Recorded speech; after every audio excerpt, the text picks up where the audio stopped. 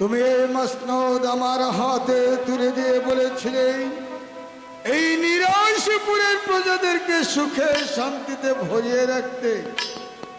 আব্বা হুজুর, তুমি আমার জন্য দোয়া করো আব্বা হুজুর, আমি যেন নিরাশপুরের প্রজাবিন্দুদেরকে সুখে শান্তিতে ভরিয়ে রাখতে পারি। এই কে আছিস? উজির আজম মোহাম্মদ আলীকে পাঠিয়ে আদেশ করুন, আদেশ করুন। উজির সাহেব, কেমন আছে আমার নিরাশপুরের প্রজাবৃন্দ? জাহাপনা, আপনার নিরাশপুরের প্রজাবৃন্দ বেশ সুখে শান্তিতেই বসবাস করছে, আর সেই সঙ্গে শুধু আপনার গুণকীর্তন করছে। যা আমি গুণকীর্তনে চাই না উজির সাহেব, আমি চাই আমার নিরাশপুরের প্রজাবৃন্দ সুখে শান্তিতে বসবাস করো। উজির সাহেব, যেখানে খাদ্যের প্রয়োজন আপনি সেখানে খাদ্য দেবেন, যেখানে বস্ত্রের প্রয়োজন আপনি সেখানে বস্ত্র দেবেন, আর যেখানে ঔষধের প্রয়োজন আপনি ঠিক সেখানে ঔষধ প্রয়োগ করবেন।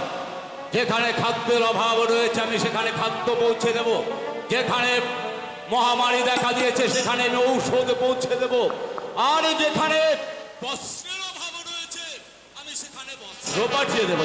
আমি শুনে খুবই খুশি হলাম উজির আজম, কেননা আপনি আমার একজন বিশ্বাসী উজির, আমার আব্বা হুজুরের আমলের উজির আপনি, তাই তো আমি আপনাকে সম্মান জানাই, আপনাকে কৃতজ্ঞতা জানাই। জাহাপনার মহানুভব সাহেব, আজ কয়েকদিন যাবত আমার মনটা বিশেষ ভালো লাগছে না, তাই আমি মনস্থ করেছি। কি মনস্থ করেছেন? আগামীকাল আমি শিকারে যাত্রা করব। যাত্রা করবে, সে তো খুব উত্তম যুক্তি। জাহাপনা, চলুন জাহাপনা, আমি এই মুহূর্তে আপনার উড়িয়াবাজি ঘোড়া প্রস্তুত করে দিচ্ছি, আর রাজ্যের বাছাই করা হাজার হাজার স্বর্ণর মত থেকে আমি আপনাকে 10,000 বাছাই করা স্বর্ণ সহকারে শিকারে যাওয়ার সমস্ত আয়োজন করে দিচ্ছি। উজির আজম, কারো আমার কোনো প্রয়োজন নেই, আমি একাই যাব শিকার করতে। এতে যে আপনার ক্ষতি হতে পারে যাবে অসম্ভব। যার সঙ্গে আল্লাহ তাআলা থাকেন তার কোনো অসুবিধা হবে এই কথাটা কিন্তু আমি বিশ্বাস করি না। উজির সাহেব, বলুন জাহাপনা। যতদিন পর্যন্ত আমি শিকার হতে ফিরে না আসবো ততদিন পর্যন্ত আপনি এই রাজ্য বলছেন জাহাপনা, আমি কি পারবো আপনার এই রাজ্যভার দেখাশোনা করতে? জাহাপনা, কেন পারবেন না উজির সাহেব?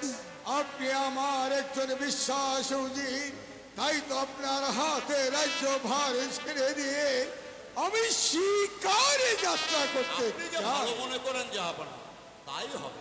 তাহলে আর বিলম্ব করব না, আজকের মতো দরবার এখানে সমাপ্তি ঘোষণা করছি। আগামীকাল প্রত্যুষ আমি শিকারে যাত্রা করব। আপনি আমার উড়িয়া বাজি ঘোড়া প্রস্তুত করুন। জাহাপনা,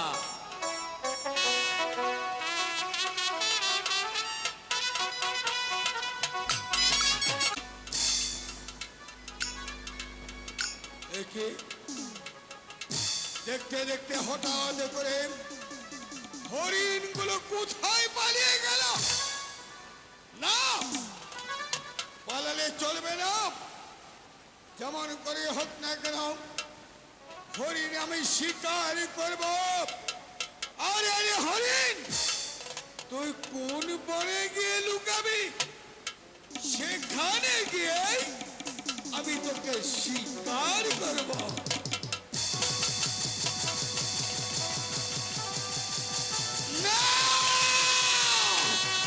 পালিয়ে যেতে পারবে না হরিণ।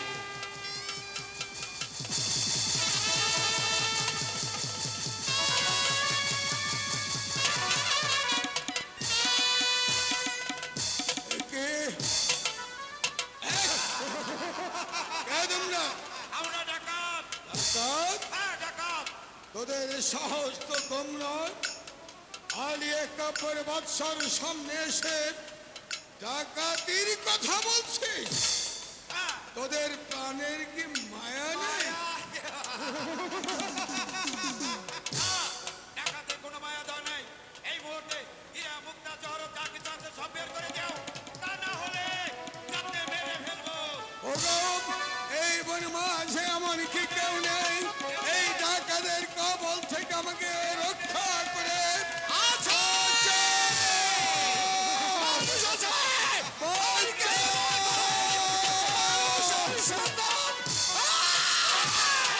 কে তুমি ভাই? এই ডাকাতের কবল থেকে তুমি আমায় বাঁচাও। আরে তোরা কোন হয়? আমরা ডাকাত। ও তোরা ডাকাত? ডাকাত। এই জঙ্গল में ডাকাতি বাকাতি চলবে না। এই শালা ডাকাত का बच्चा हट जा শালা। এই বনরাজ, এখান থেকে নাই যাব।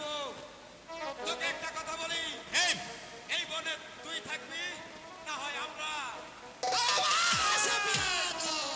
শালা চিকনা চিকনা ডাকাত, চিকনা চিকনা ধরা নায়িকা ভরি আগুন ধরে তোকে আমি দেব পুরা।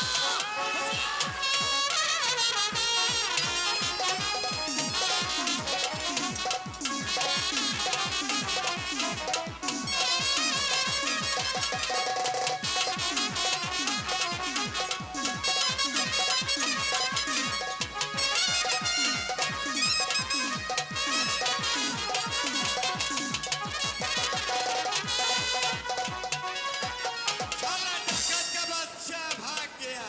কে अरे তুমি জঙ্গল ভাই? আছো। কে তুমি ভাই? আমাকে ডাকাতের কবল থেকে রক্ষা করলে? আমি সাধারণ একজন মানবজীবী আছি। অনেকে জঙ্গল মে থাকি, অনেকে জঙ্গল মে থাকি। কাঁচা উঁচা পাখি ধরে আমি আহার করি। তাই তো লোকজন আমাকে দেখলে বলে ওই তো আসছে বনরাজ। কিন্তু তুই জঙ্গলের মধ্যে দাঁড়িয়ে আছিস, তুই মানব না দানব আছিস? আমি মানব আছি জঙ্গলি রাজ। আমি মানব আছি। মানব? হ্যাঁ। তো কোন হয়? আমাকে তুমি চিনতে পারছো না জঙ্গলি রাজ? ভালো করে চেয়ে দেখো। আমি নিরাশ পুয়ের একাপর মানুষ। Yes, but it's a check up man. अरे राजा, तू तो हमारा मोनी बाजीस। ले राजा, तू हमारा पिल्ला मिले। তোমার স্থান ওখানে নয় বনরাজ, তোমার স্থান ওখানে নয়। তোমার স্থান হচ্ছে এই একাপর। এসো ভাই, তুমি তুমি আমার পক্ষে এসো। আমি জঙ্গল में থাকি, জঙ্গল में ঘুরে বেড়াই, কাছে পাখি আহার করি। লোকজন আমাকে দেখলে ঘৃণায় মুখ কাঁপতায়। মেরা শরীর দিয়ে দুর্গন্ধ বেরোচ্ছে। তো আমাকে ইনকার করবি না রাজা? মহারাজ, আমি তোমায় ইনকার করছি না। আজ তুমি আমার যে উপকার করেছ, এই উপকারের ঋণ হয়তো আমি কোনোদিন শোধ করতে পারবো না। তাই তো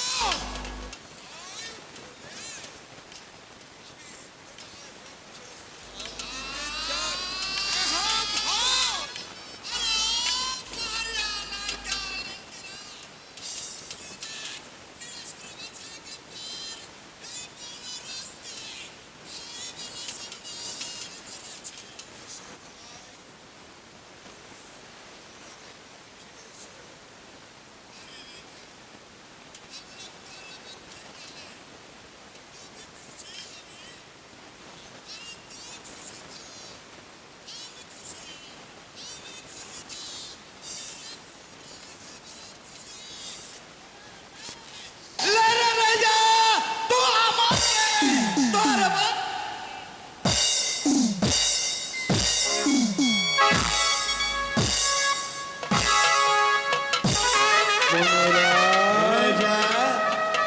সর্বপ্রথম তোমায় একটা কথা বলতে চাই বনরাজ। আরে বললি না বল।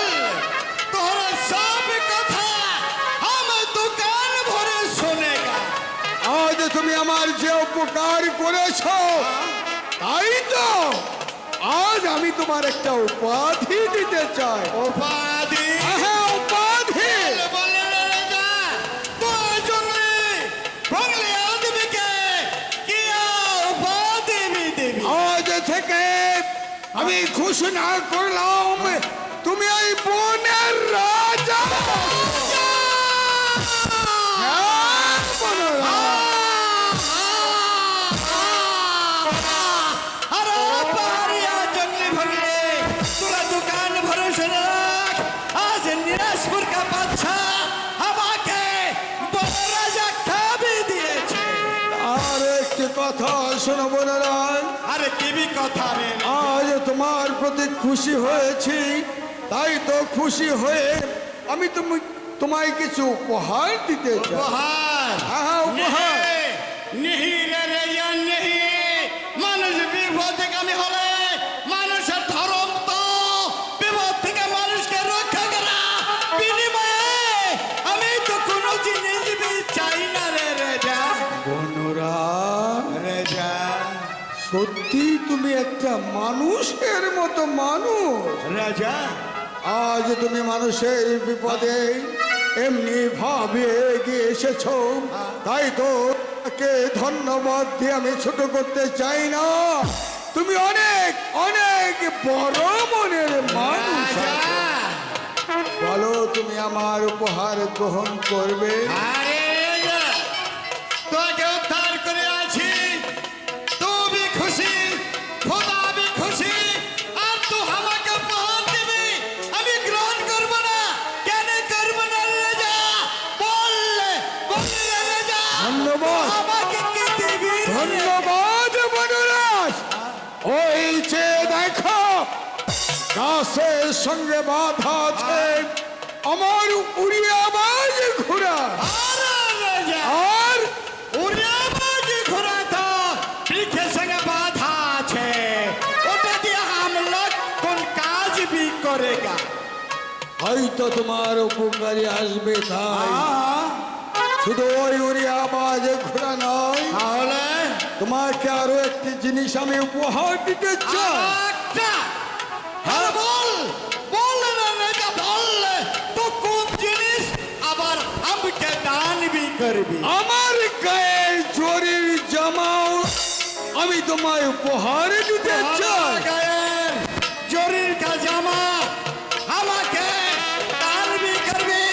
তারা তারা রাজা তো নয়ন ভরে আমি দেখেগা।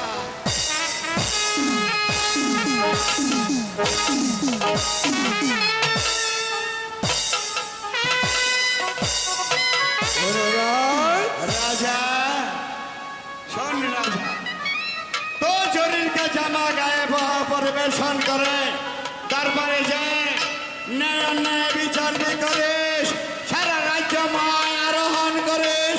তোর শরীর কা জামা দিয়ে আমি কি भी করেগা? ওই যে বললাম, হয়তো তোমার কোনো উপকারে আসতে পারে, আসতে পারে। তাই তো তোমাকে ওই উড়িয়াবাজ ঘোড়া আর আমার এই জরির জবাব আমি তোমায় উপহার দিতে চাই। তুমি সানন্দে গ্রহণ করো।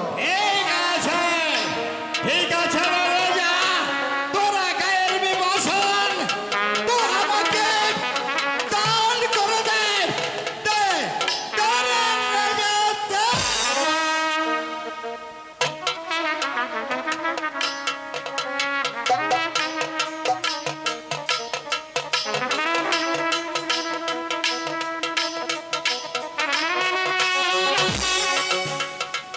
তুমি খুশি হওনি বনরাজ? আরে রাজা আমি খুশি হব না? আমি তো ছোট আদমি भी আছি। খুদা তো খুশি, আমি খুশি, দুনিয়া খুশি না। মেহরবান খুদা বেটা খুশি। বনরাজ, আরে রাজা আজ তোমাকে একটি কথা বলে যাচ্ছি বনরাজ। কথা নয় রে রাজা। আজ মাঘী পূর্ণিমার রাত। আজকের রাত্রে ওই তাকিয়ে দেখ আমার যারা পারিয়া শুক্রা শুক্রি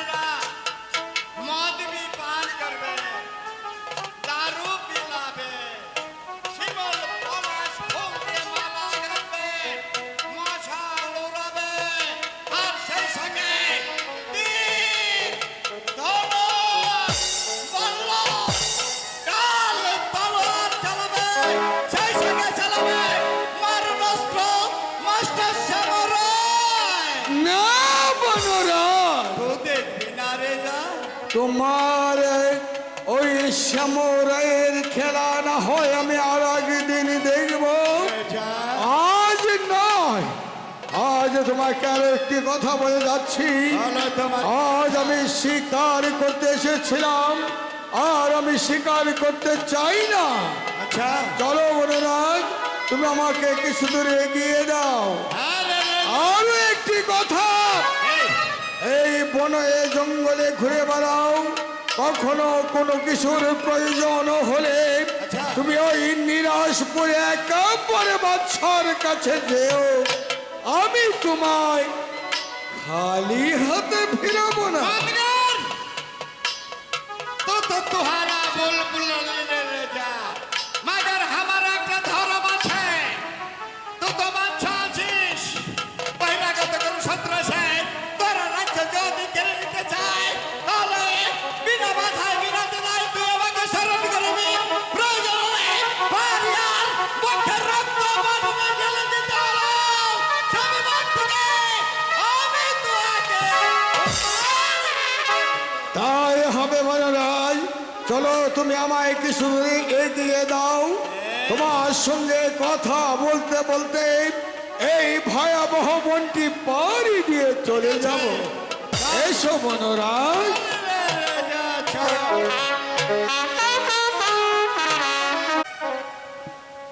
উজির সাহেব, জাহাপানা, কেমন আছে আমার নিরাশপুরের প্রজাবৃন্দ? জাহাপানা, মেহেরবান খোদার রহমতে প্রজা সাধারণ বেশ সুখে শান্তিতে বসবাস করছে জাহাপানা। আমি শুনে খুবই খুশি হলাম। কিন্তু জাহাপানা, একে উজিরি সাহেব, আমার দরবার কক্ষে তো ময়লা আবর্জনায় ভরে আছে কেন? তবে কি রসিক মালিক আমার দরবার কক্ষ ঝাড়ু দিচ্ছে না? দোস্তাজি মাফ হয়ে আলাম।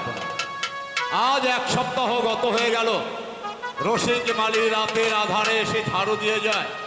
কখন আসে কখন যায় তা মহলের কেউ বলতে পারবে না। আলাপ করে একে বলছেন উজিরি সাহেব মাসে মাসে মাইনে নেবে, অথচ কাজে কেন এত ফাঁকি দেবে?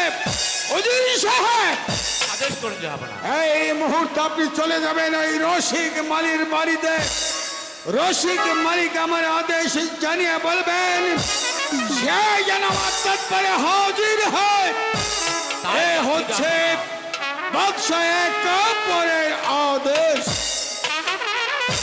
রসিক মালির স্পর্ধা দেখে আমি অবাক হয়ে যাচ্ছি। মাসে মাসে মাইনে নেবেন, অথচ কাজে কেন তো ফাঁকি দেবে? এর একটা বিচার আমাকে করতেই হবে।